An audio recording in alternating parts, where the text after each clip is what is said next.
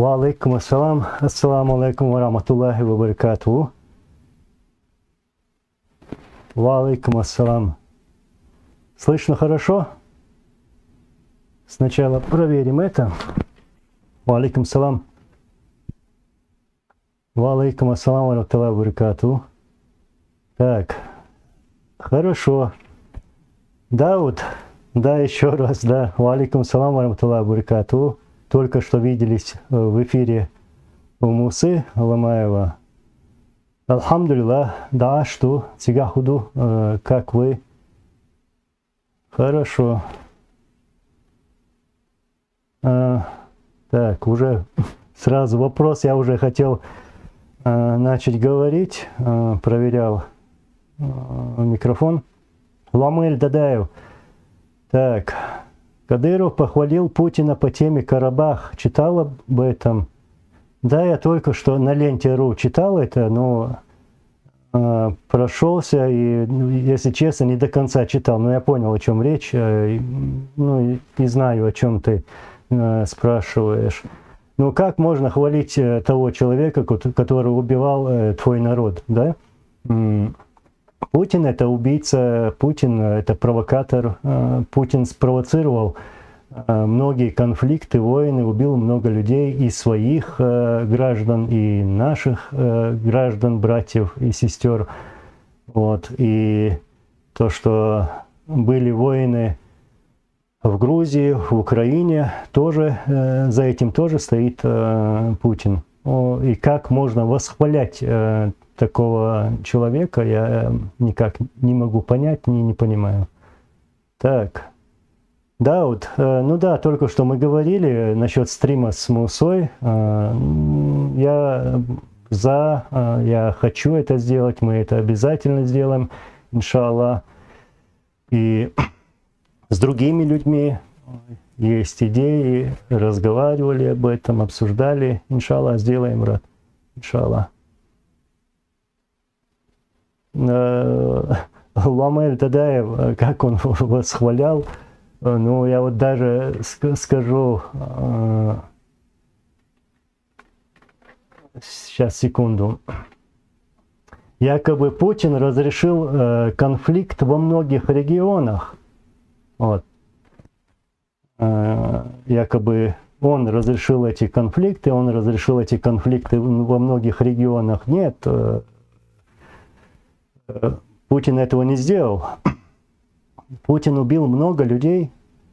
У нас, чеченцев, в Грузии, в Украине, в Сирии. И сейчас заигрывает свою политику, продвигает свою политику уже на Карабахе. В Карабахе. Так что я никак не могу понять. Ва алейкум салам всем.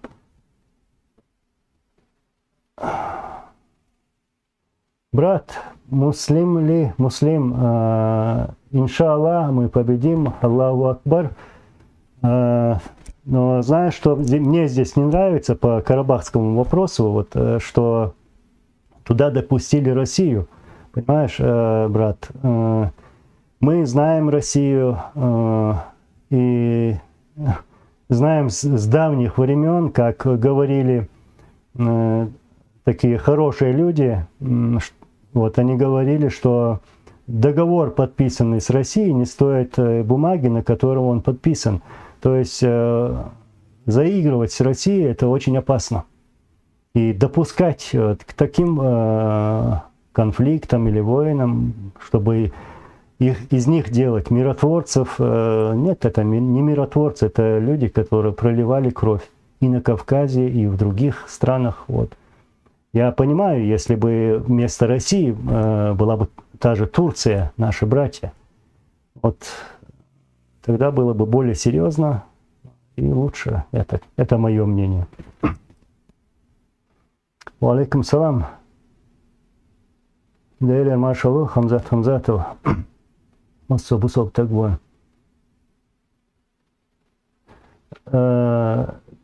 Ты спрашиваешь, Хамзат Хамзатов, Анзор, как ты думаешь, долго еще будет продолжаться это рабство в Чечне? Это диктатура, эти унижения в Чеченской республике Ичкерия будут продолжаться, пока существует путинский режим.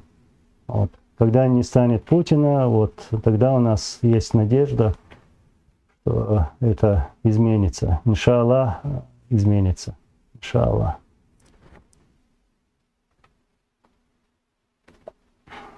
Особо такое.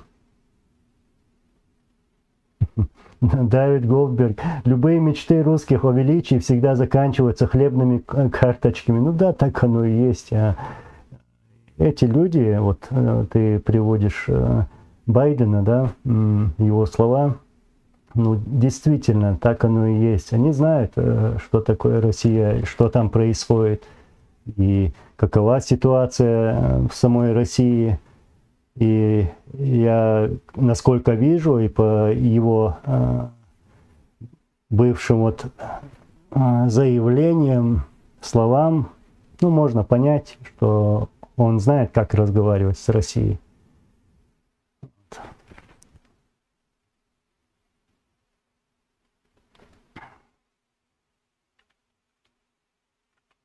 Брат Хамзатов, чтобы люди выходили с вилами, лопатами. Ты говоришь еще про оружие. Нет, я не могу кого-то призывать к чему-то, чтобы люди выходили, тем более с оружием. Нет, я против этого. Я надеюсь, что у нас больше эта кровь проливаться не будет. Но сегодня такое время, что многие вопросы можно решить без этого оружия. Вот. Вот эти люди, они боятся правды. Вот наше оружие, да. Пока будем ждать своего момента. Он наступит, иншаллах. Не купили, очки осталось всего 2. Угу. Так, Ризи Ганг. Вчера был на рынке в Москве, там продавались наклейки с флагом Ичкерии, новый флаг. Так вот, новые не купили ни одного, а Ичкерии осталось всего 2.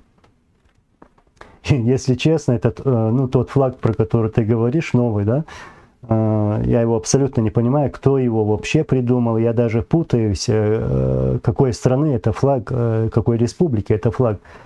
Мне очень нравится и по цветам, и по расположениям, полоскам и значениям вот этот флаг. Вот.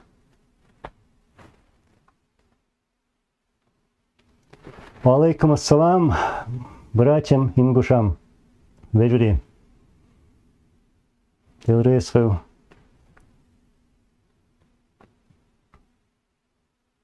Так, мотор. Доброй ночи, Минск. Рад тебя видеть еще раз на этом канале.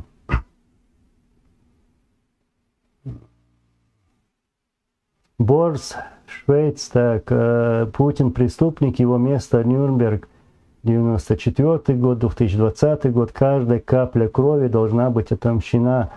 Я не буду призывать мстить за что-то, за кого-то. Аллах видит, иншаллах, Аллах будет судить самым справедливым судом. Вот. Но Путин преступник, и его действительно ждет Нюрнберг, Гаагский суд за все эти преступления не только других народов, но и своего народа. Он стоял за взрывами домов в России, он убивал заложников в Беслане по его приказу, он давал приказ на штурм, например, Норд-Оста, захват заложников. Да, мне это больно все говорить, но он является убийцей этих людей, невинных людей, когда их можно было сохранить, их жизни можно было сохранить. Сказать 2 слова и все. Это человек, который не задумывается о жизнях людей, ни о своих, ни о чужих, тем более.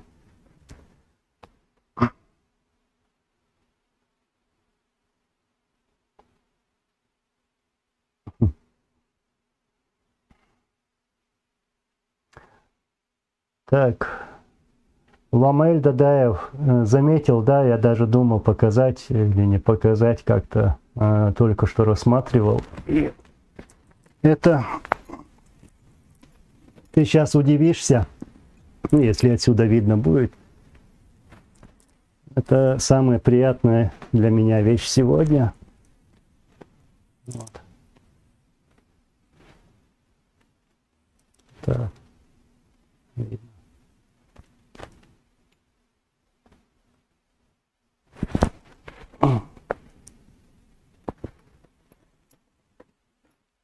Ламаэль Дадаев, это ответ на твой вопрос.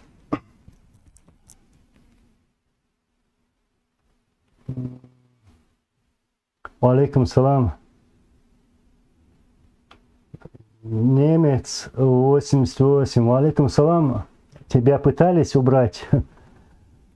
Ну, Аллахи, ну, я тебе просто правду скажу, я не знаю, кто ты и почему ты это спрашиваешь. Несколько раз, да.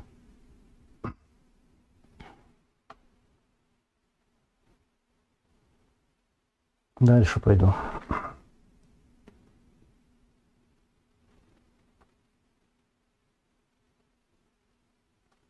Лорд Сандерсон, Анзор, какие, на твой взгляд, ошибки допустил Шамиль Басаев во время войны в Дагестане? Возможен ли был успех маджахедов в Дагестане? Ну, события в Дагестане были для нас ущербными, для чеченцев и дагестанцев тоже. Все это было задумано Кремлем изначально. Все эти призывы, как они накаляли эту обстановку в Дагестане, это было запланировано в Кремле. Вот. Это произошло уже произошло.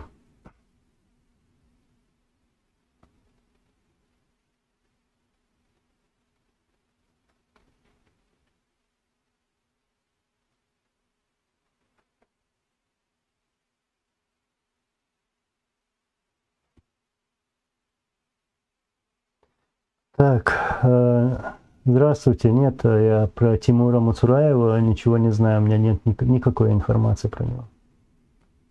Ну, на уровне сплетен, ну, как бы не подтвержденный, и поэтому я не могу это сказать. Конкретно не могу сказать.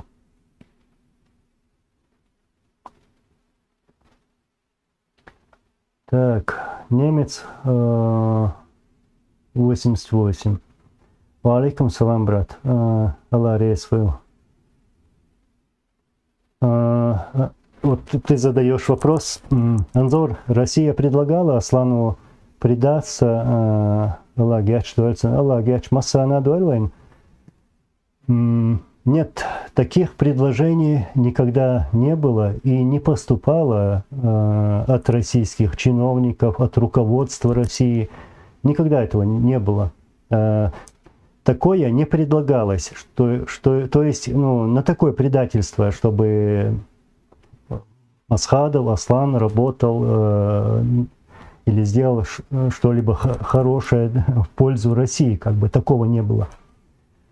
У них был человек, заранее уже избранный, выбранный, эта кандидатура уже была назначена еще до начала войны.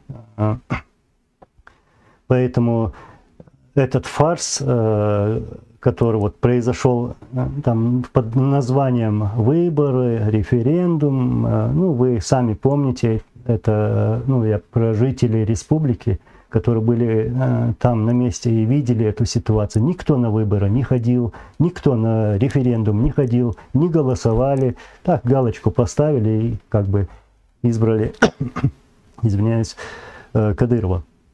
Вот.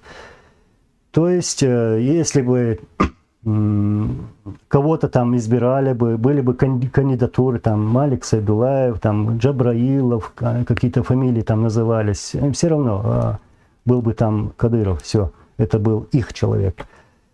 Далее, я так более расширенно отвечу на твой вопрос. Масхадову, Аслану изначально еще, скажем, с 2000 года уже вот несколько раз передавалось через посредников, чтобы он пошел в почетный плен. Понимаешь, брат, вот, ну, как бы в таком тоне, такими словами, что мы позволим поехать в любую страну, ты можешь забрать любых родственников и уехать. Вот что ему предлагали. Вот, да, если бы он это совершил бы, если бы Масхадов так принял бы этот почетный плен, это было бы предательством перед теми, которые воевали, перед теми, ну, которые ушли, перед народом, перед историей. Он на это не пошел. Не пошел.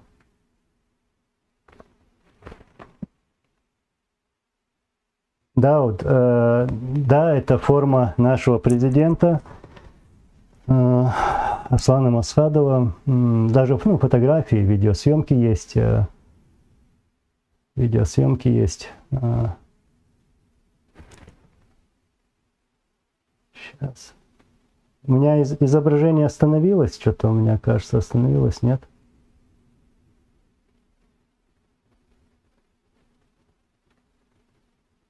Так, Габриэль Килля. Валикум салам варахматуллахи баракатуху. Брат, многие помнят, что после распада Хасгиленда начнется война. Распада на Хасгиленда. Ну, я не знаю, много там говорят, что все понял, Ламы тогда Дейлрейскую. Есть, конечно, разговоры, я, да, слышал тоже. Но дай Аллах, чтобы войн не было, я бы сказал бы, я не хочу, чтобы где-то, когда-то там проливалась бы кровь, но это от нас не зависит. Мы это увидели в 99-м году, в 94-м году, на себе испытали это, когда нам навязали эти две войны. Например, у нас этого не спрашивают, когда они хотят это сделать. А что произойдет, мы не знаем, брат. Дай Аллах нам мира.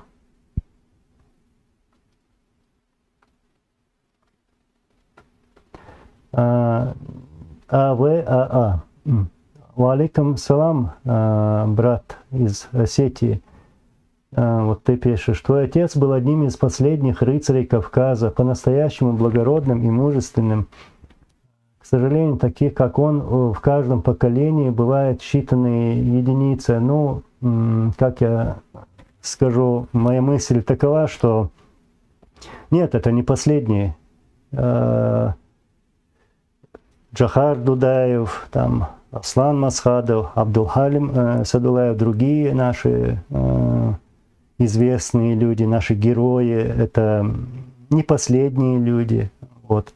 И мы не знаем, что будет завтра, поэтому я не считаю, что вот как-то особо не согласен, что это не последние.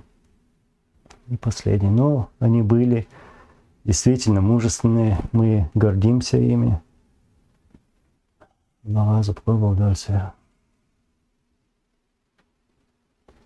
Немец 88, я переведу. Мы жили хорошо в Ичкерии. Брат, то, что даже были развалины, то, что такая ситуация была послевоенная, всем было одинаково тяжело, и все были одинаковые в то время. Ну,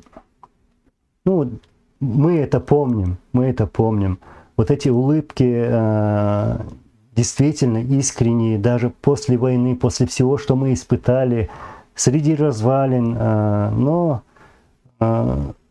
вот я почему говорю улыбки, вот, ну, свободно было, дышать этой свободой, была свобода.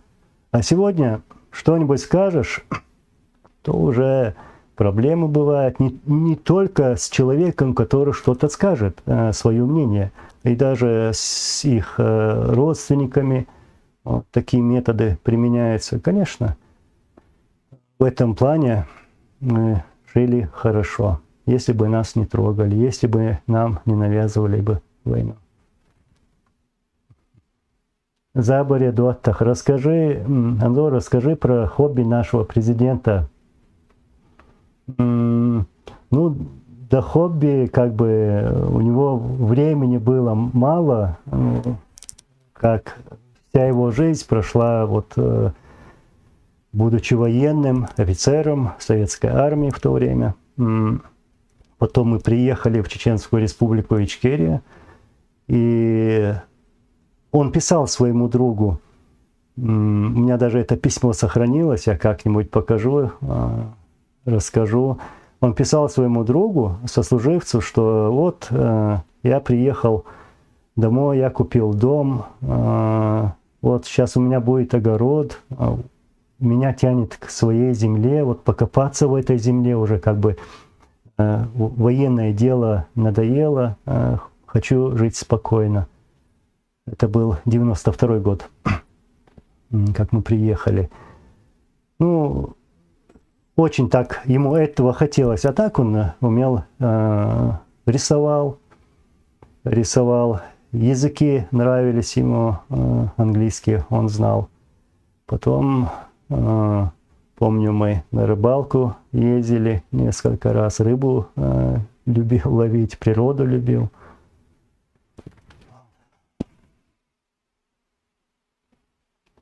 Абу Сулейман, алейкум салам. И всем алейкум салам. Бебе Коробкина. Анзор, расскажи какую-нибудь веселую историю, связанную со сланом. Ой, ну, веселых мало, как сказать. Ну, конечно, я помню его искреннюю улыбку. Ну, действительно, как бы не успели. То его служба в советской армии, мы, ну, видели его в семье, видели только вечером после работы, то есть времени мало было. Потом все эти события, которые произошли, войны.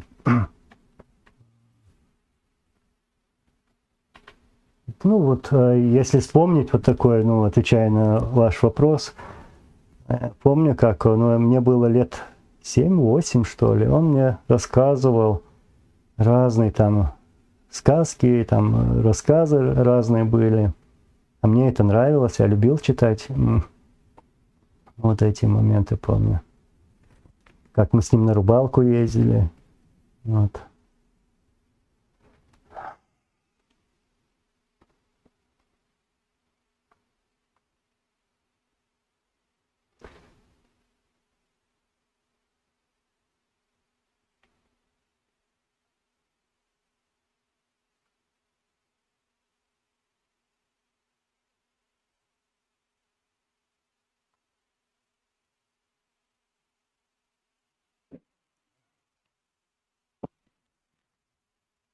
Секунду. Тут кое-что надо, поэтому да, я запомню.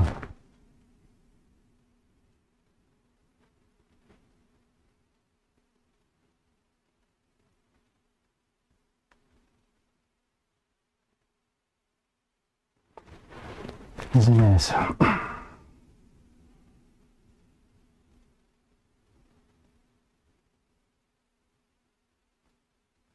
Citizen of Ичкерия. Анзор, способен ли чеченский народ в ближайшие годы или десятилетия построить независимое чеченское государство? Все зависит от Аллаха. Только с его помощью и, конечно же, нашими стараниями и терпением мы способны это сделать. Мы сможем это сделать. Я верю в это, иншаллах. Придет время, и мы освободимся от России, от влияния России, иншаллах.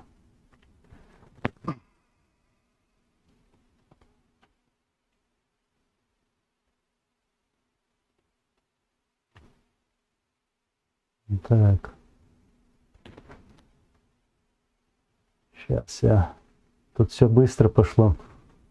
Если я что-то и пропустил, то извиняюсь.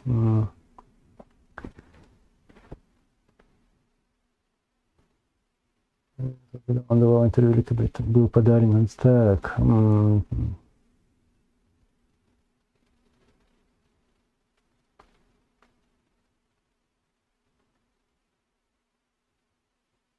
Борс, да, вот именно история, время, потомки наши, все расставят по местам.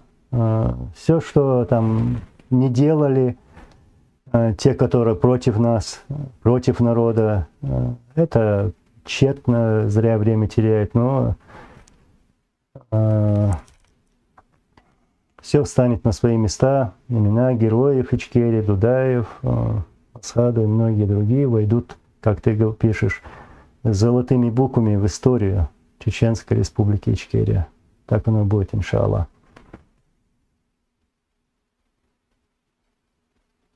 Ник, Анзор, знал ли ты воина Ютаева Магомеда? Да, я его видел. Ну так, случай я вспомнить не могу, как-то мы в одном окружении были, это введено, 96-й год, лето, кажется там, или же в Шатое. Точно вспомнить не могу. Ну, это я во время войны имею в виду, первой войны.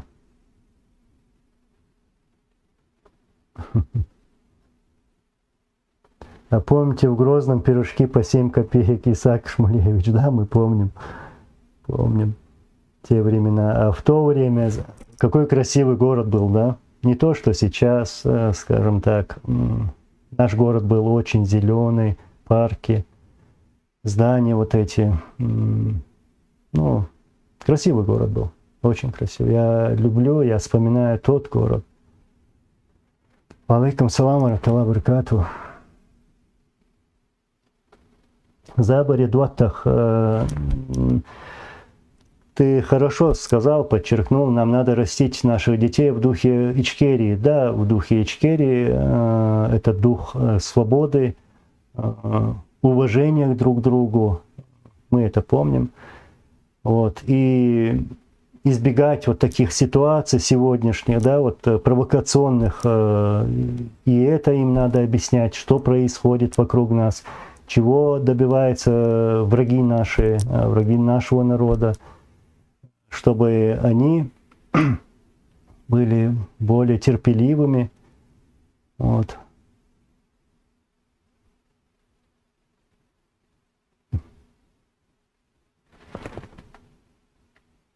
Габриэль, на месте дворца Дудаева сейчас торговый центр Кадырова.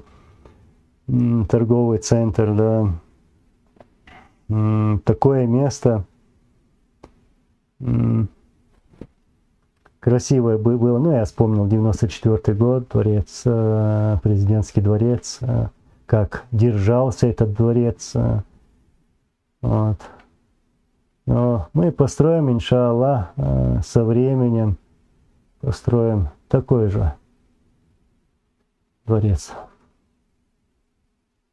Ва алейкум салам ва рахматуллахи ва баракатуху.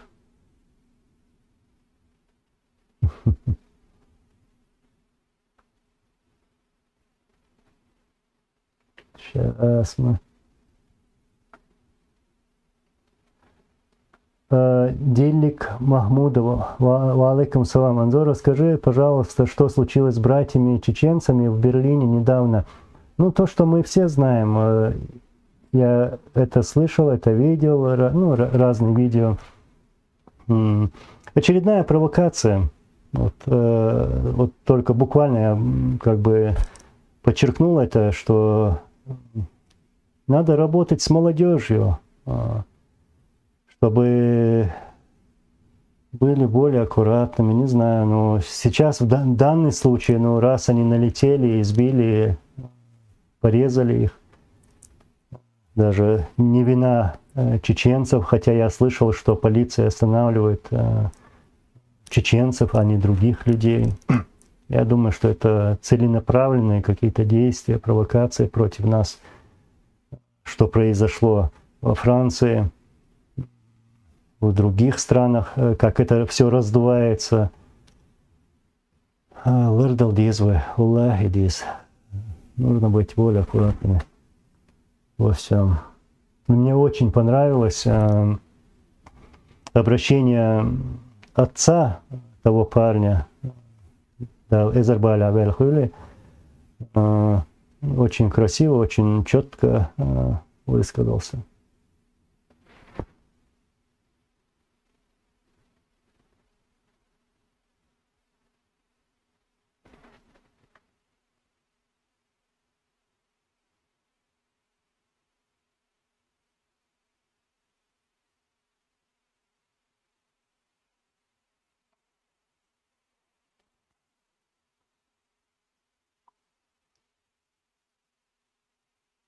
Анзор, скажите, какими языками владеете? Ну, турецкий понимаю, французский в школе учил, ну, как бы чуть-чуть так помню, ну, понимаю, когда разговаривать, понимаю. Литовский тоже со школы остался, чуть-чуть понимаю. Знаю хорошо писать, разговаривать, это норвежский. Английский это понятно, ну и русский, чеченский. Вот. Алейкум салам, аль-табрикату. Извиняюсь. Так.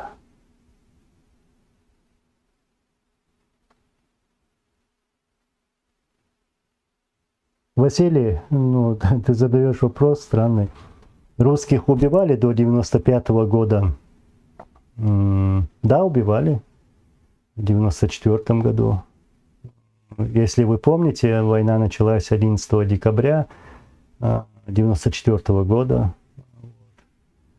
И, скажем, 26 ноября 94 года российские танки с российскими офицерами и солдатами элитных воинских частей, так какие там были, Таманская танковая дивизия и Кантемировская танковая дивизия. Оттуда они были. Вот 26 ноября штурмовали город Грозный. И в то время даже официально война не началась. Вот. Да, убивали тех. Это была война уже. 94 год.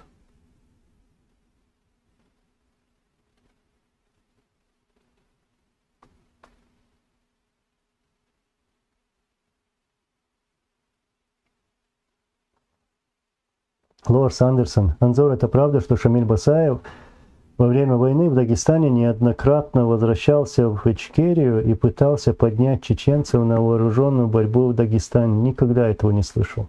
Никогда.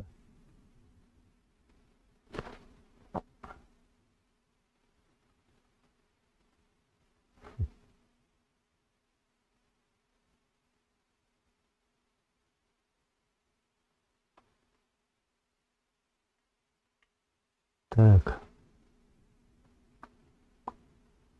В Европе без английского никак. Ну, с одной стороны, да, но не все европейцы говорят на английском. Есть такие, которые не хотят говорить на английском. У меня были такие случаи. Потом приходилось вспоминать школу, языки, которые я учил в школе. Но здесь, в стране, в которой я живу, многие знают, многие понимают английский язык.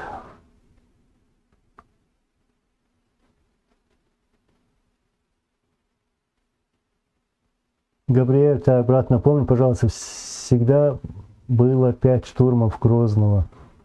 Ну, это смотря какие, российской стороны, да?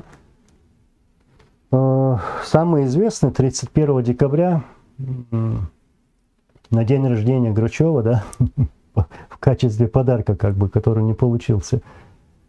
Вот это основной штурм был. А так, Штурмы еще были до этого, в октябре, в ноябре 1994 года. Ну, в октябре это в то время сейчас гантемировцы, автурхановцы, вот это якобы оппозиция, так ее называли, хотя это были вооруженные бандиты, которые пытались дестабилизировать обстановку республики. Вот, они пытались, конечно же, с ними рядом были и российские инструкторы, вот, офицеры. И тогда они пытались, и после того известного позорного штурма 31 декабря, в январе несколько штурмов было, не получилось.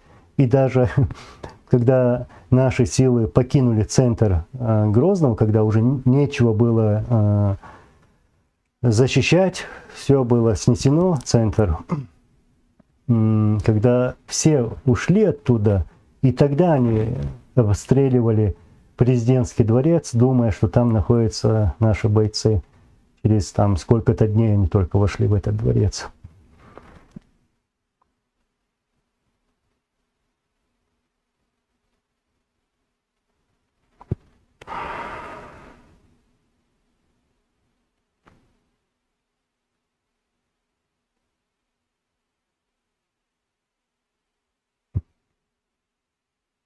Хаматхан Алмазов, вот мне очень интересно сейчас, Анзор, ты когда нас видел войнахских солдат в полку, подбегал к нам, здоровался с нами, как взрослый.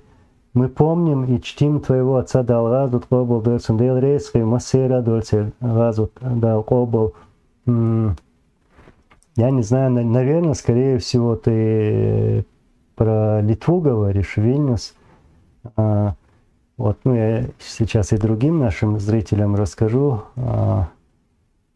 Где бы только мы ни были, мы, как известно, мой отец был военным человеком, офицером, служил в Венгрии и в Литве. И, ну, я почему вот два места так называю, потому что я лучше помню. Так мы жили в Ленинграде в то время, на Дальнем Востоке. Вот, короче, в Венгрии и в Литве было много войнахов, наших братьев, чеченцы, ингуши, солдаты, которые служили у отца в полку, там, в дивизии. Вот. Очень много было, на удивление много. И вот мне было очень интересно, я там бегал по этим казармам маленьким, всегда с ними был, на учениях тоже, военных учениях. И даже, ну, я сначала сказал, что войнахи, я помню, был кабардинец, и еще были другие, соседи тоже был водитель отца. Ну, я про кавказцев вообще. Очень хорошие люди были, помню, да, вот, лица помню, имена, может, нет, но вас помню, Хаматхан Алла Рейского, да еврейского.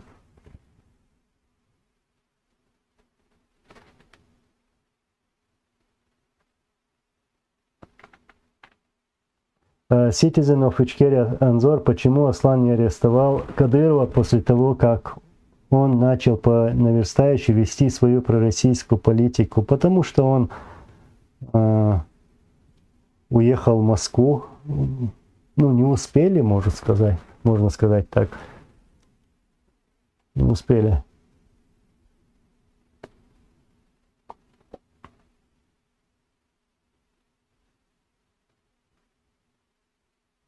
Хаматхан, Венгрия, это в Венгрии ты пишешь, да? Наверное, в Тате, да? Город Тата или же Кечкемет. Я эти места очень хорошо помню. Мне было 8, 9, ну я в то время в начальную школу пошел. 7 лет, 9 лет, до 9 лет, кажется, я был там.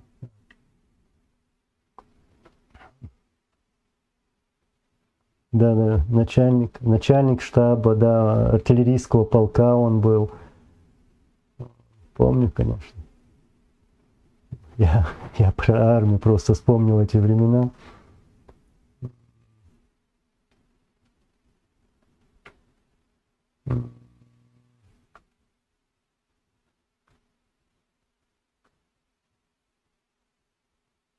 Лорс Андерсон, ну ты сейчас пишешь, что Ичкерия слишком мала, чтобы быть жизнеспособным государством. Если бы нас оставили бы в покое, мы жили бы очень хорошо. Вот.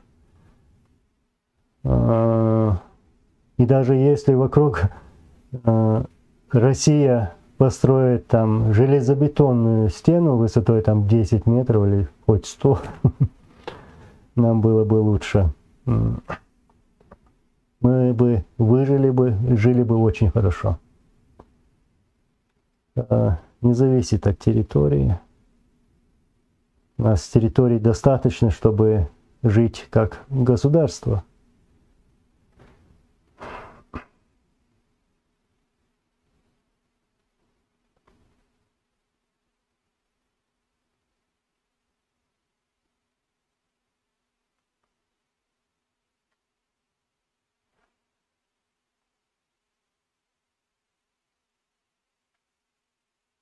Админ Адат. Помню, как Халид Масхадов в 2002 году рассказывал, как они уходили во время зачисток в Валерой. И еще помню про его брата, который погиб во время выхода из окружения. Да, я даже выставлял его голос, ну, видео, скажем так, на этом канале, где он рассказывает, что как погиб его брат. Действительно, его младший брат погиб, защищая его, то есть он своим телом защитил своего брата, то есть мой дядя, и погиб там. И после этого российские оккупанты вместе со своими халуями окружили это село Алерой и проводили зачистки. Это были самые мощные такие зачистки в то время, за все время даже. И нашим отрядом, Авдарханову и другим, там же был Иша Атурлаев, они выходили из этого окружения, стреляли, перестрелка была, наши погибли, там, как я говорил, брат, мой дядя, брат Аслана Масхадова. И после того, как все это завершилось, я помню также передачу, где Кадыров с пеной у рта буквально кричал: да как это возможно, как они вышли из окружения. И это помню.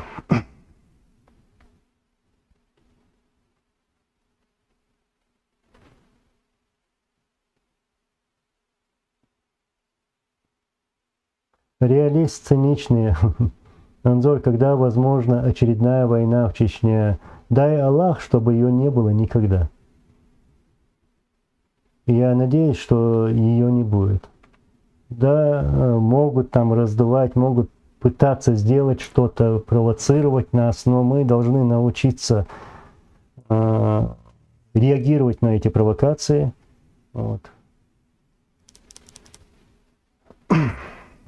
Осторожничать надо. Ошибок у нас много.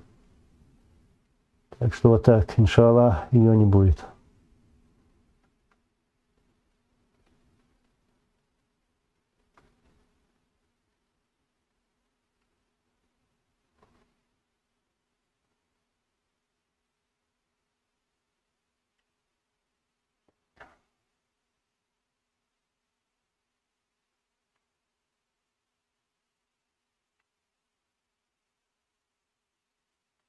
Лорс Андерсон, вот ты опять Шамиль Басаев, Дагестан, Шамиль Басаев, Аслан, о чем между своими и с тобой говорил во время войны в Дагестане, в частности про Шамиля Басаева, как он оценивал эту войну и выражал ли он недовольство Шамилем. В то время он делал заявление. И поэтому можно прочитать эти заявления, интервью, что он говорил в то время.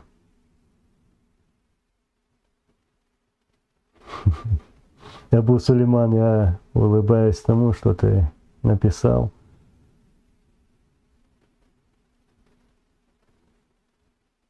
Хамзат, да.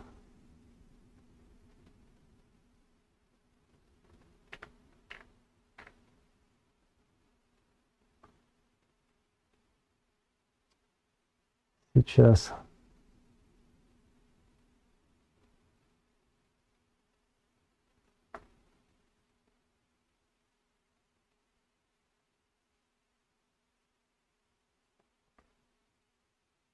Citizen of Ичкерия насчет Кадырова, который проводил митинги, да, ты прав. Может, это, да, вот наше упущение.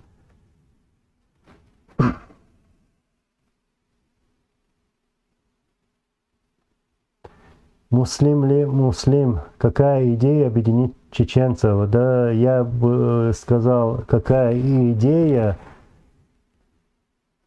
объединит кавказцев. Лучше было бы так. Я очень хочу видеть Кавказ свободным от разных провокаторов, провокаций, чтобы нас никогда никто не использовал. Вот, чтобы никто со своими идеями туда не залазил.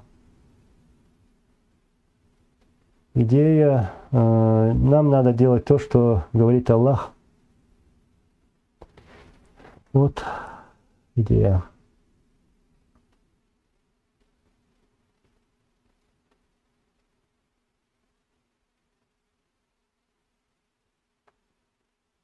Мустафа Чукай, войны не надо. Конечно, не надо. Война — это трагедия, война — это бомбежки, гибель родных, близких, своих соотечественников. Мы знаем, что это такое. Иншаллах, ее не будет.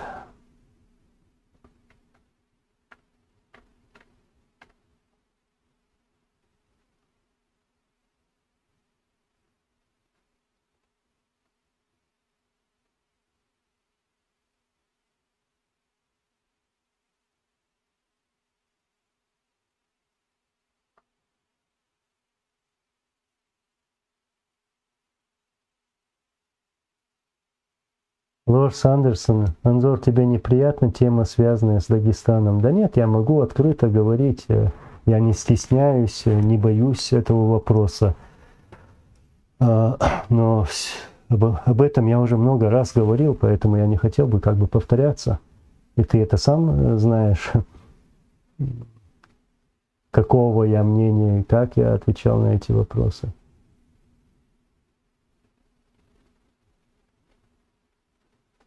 Валикум салам. Вот, Лорс, Адитан, Дагестан, да. Оставь Дагестан в покое.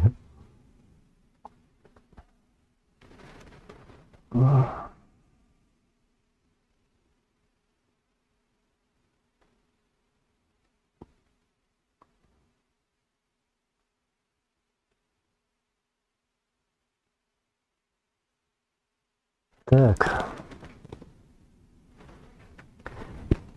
Сейчас скоро, наверное, закончим эфир минут через 10, да? Поэтому, да, вот именно, через минут 10, да, я тоже так подумал.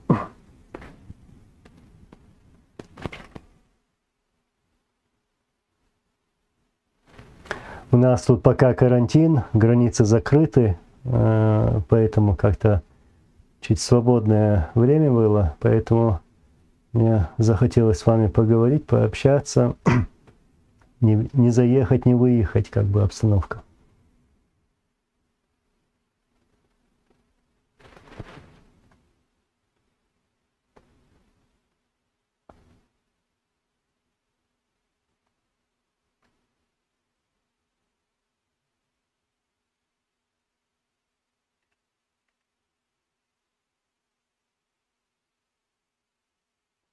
Так,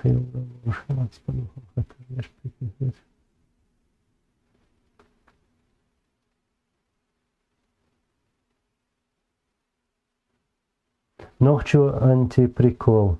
Извините, я на чеченском отвечу ему. Nis boha, het komt nog lirlu še, ieșaiu še, lirval vērtšums, Allah rieskalon, jau rieskalon.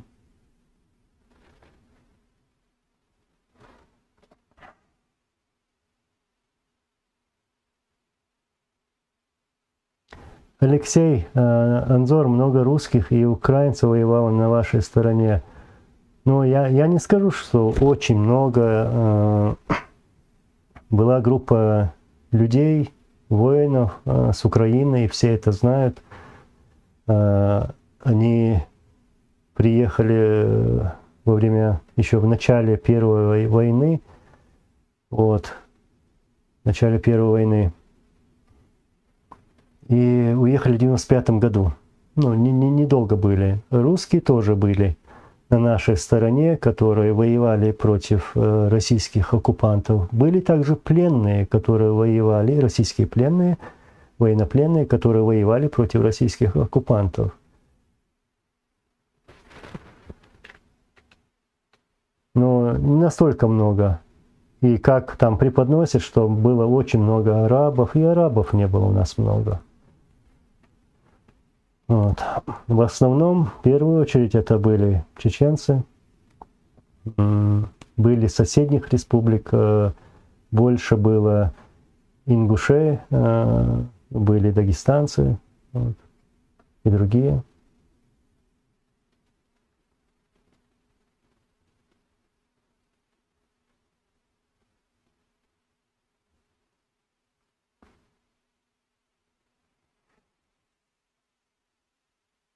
Реалист циничный. Анзор, ты считаешь, Россия не принесла в Чечню мир, Чеченскую республику Ичкерия? Россия принесла в Чеченскую республику Ичкерия кровь, страдания, войну, трагедию. Вот. Сколько тысяч наших соотечественников находится в тюрьмах по сегодняшний день, которым дали огромные сроки просто из-за того, что они чеченцы. Сколько тысяч чеченцев мы не можем похоронить сегодня, и нам неизвестно, где их тела, мы не можем их похоронить. Это мир. Сколько людей было убито, сколько детей было убито, более 40 тысяч детей было убито российскими солдатами, оккупантами. И о каком мире может быть идти речь? Сегодня построили одно здание, построят 2000 красивых, самых красивых зданий. Но для меня Россия — это убийца в лице Кремля, в лице Путина, имеется в виду. А так, ко всем народам я отношусь нормально. Но к русскому народу, может, как-то и не понимаю, может быть, но ненависти нету.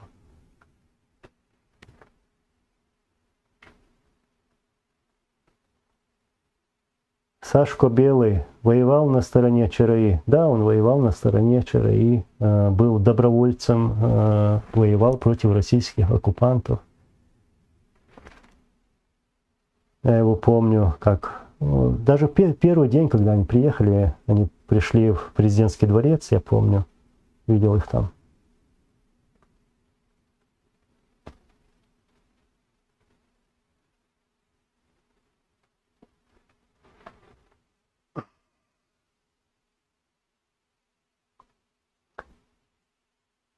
Так. Валейкум салам, Шамиль.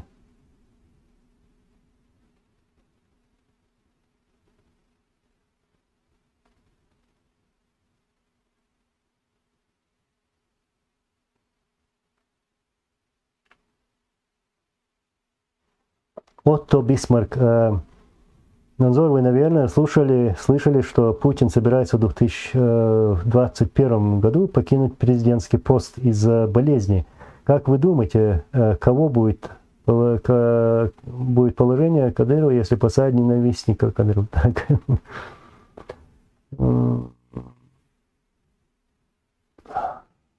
Я думаю, пошатнется его положение и изменится отношение. Все равно человек, который придет после Путина, будет другой человек, и будет не то отношение. Я уверен, что будет другое отношение. И что-то там изменится, и что-то пойдет не так.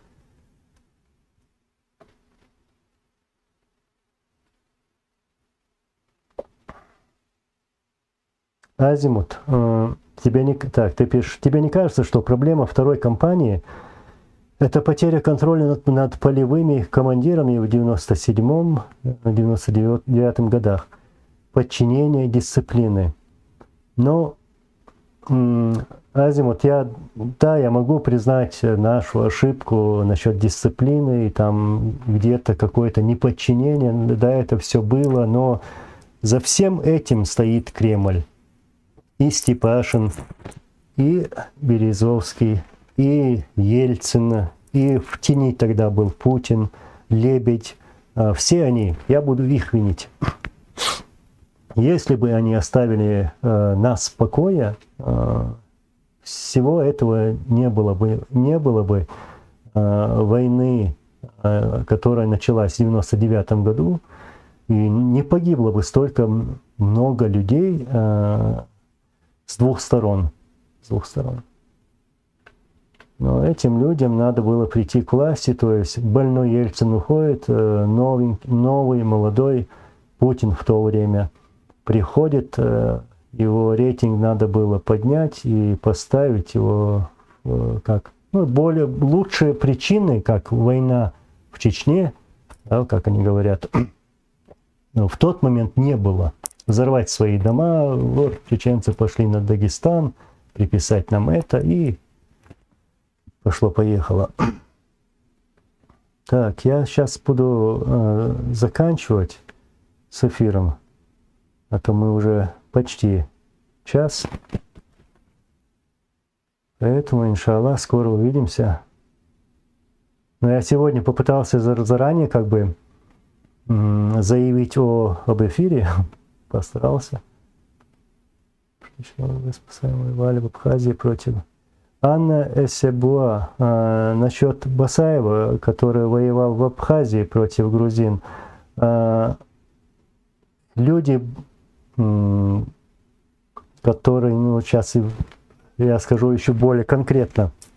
По этому поводу говорил наш президент Чеченской Республики Ичкерия, который сказал, что и подчеркнул, что это была ошибкой нашей, чеченской ошибкой. То есть это прозвучало как извинение даже. И поэтому я считаю, что после этого этот вопрос, что вот Басаев воевал против грузин, я думаю, не стоит даже поднимать. Можно и забыть. Было такое. И Басаев, тем более, в то время воевал по своей воле. Представители разных стран, государств, республик принимают участие в различных конфликтах, войнах, вот, как добровольцы. Я думаю, лучше не поднимать эти вопросы. Наоборот, нам надо такие вещи просто не трогать их, не вспоминать даже. Мы соседи, мы братья.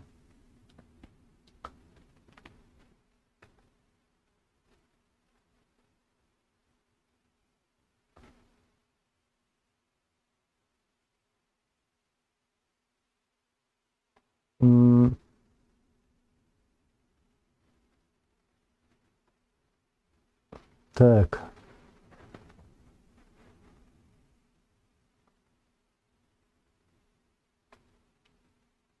Ну что, заканчиваем. Отто Бисмарк. Вы тоже напишите Манисейрара.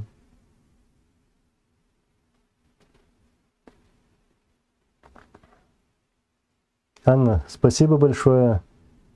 Я еще раз повторюсь, целый президент сказал это. Мы это просто, напомнили. И я сейчас повторяю, я помню эти слова, мы все это знаем. Было бы, конечно, хорошо, если бы ни один чеченец не принимал какие-то участия в каких-то войнах, или вообще людей, чтобы вообще войн не было. Я такого мнения. Но нам ее всегда навязывают. Навязывают, и мы просто больше должны говорить даже не об Асаеве, который воевал на стороне Абхазии, там против грузин, или там он был в Карабахе, и так далее, и так далее. Нет, мы больше должны говорить о тех, которые создают эти конфликты, которые проливают кровь на нашей земле, на Кавказской земле, то есть Кремль. Кремль стоит за всем этим. Вот о них нам надо говорить. О них,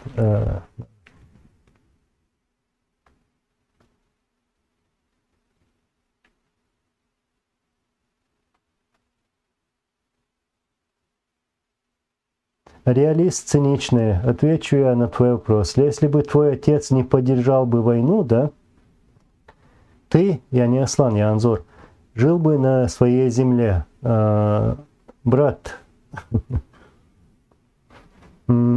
жил бы на своей земле.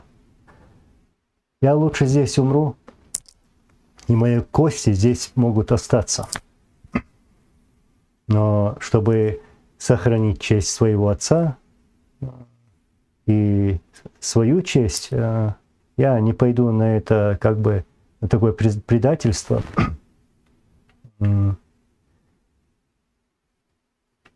Чтобы жить на своей родной земле, да, я этого хочу, но кого-то возвышать, под чью-то дудку петь, да, вот так скажу прямо, я не собираюсь. И более того, как ты пишешь, твой отец, мой отец войну не поддерживал. Мой президент не поддерживал войну и никогда не поддерживал.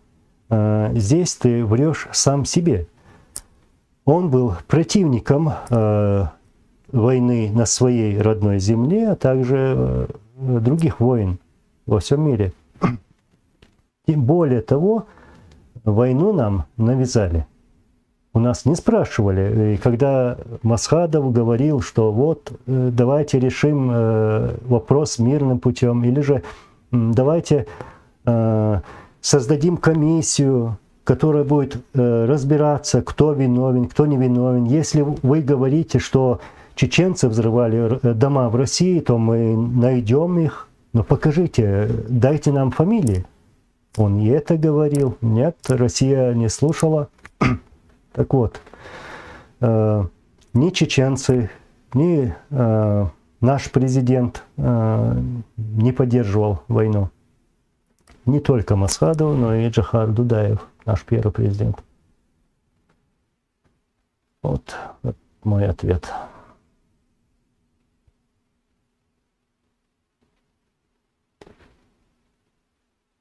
Валейкум ассалам, Страсбург.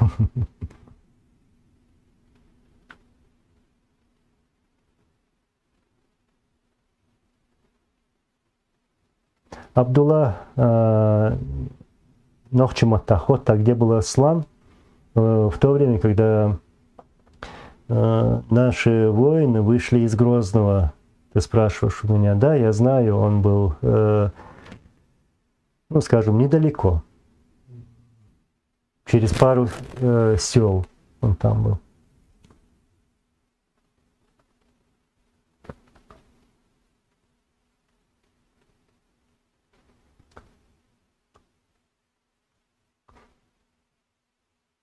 Отто Бисмарк. Мы тоже с вами Германия. Так, тогда скажу всем спасибо. Ларис Хульмасана.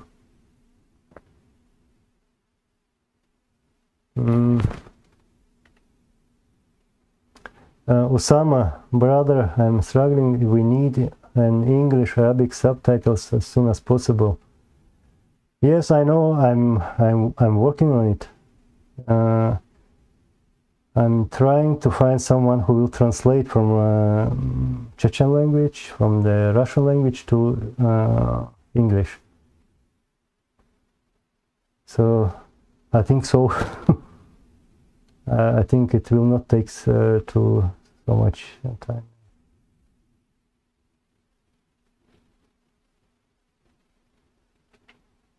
Доканы английским ответить. Так, еще раз спасибо. Иншаллах, скоро увидимся. Ну, отвечу на сколько тебе лет, брат? 25. Не сдаемся, имеется в виду. Нет, да, 27. 27. Негарду. Баркалды рейс Химасана. Алла, это бой. Спасибо большое. До свидания и мира всем. Ассаламу алейкум ва рахматуллахи ва баракатуху.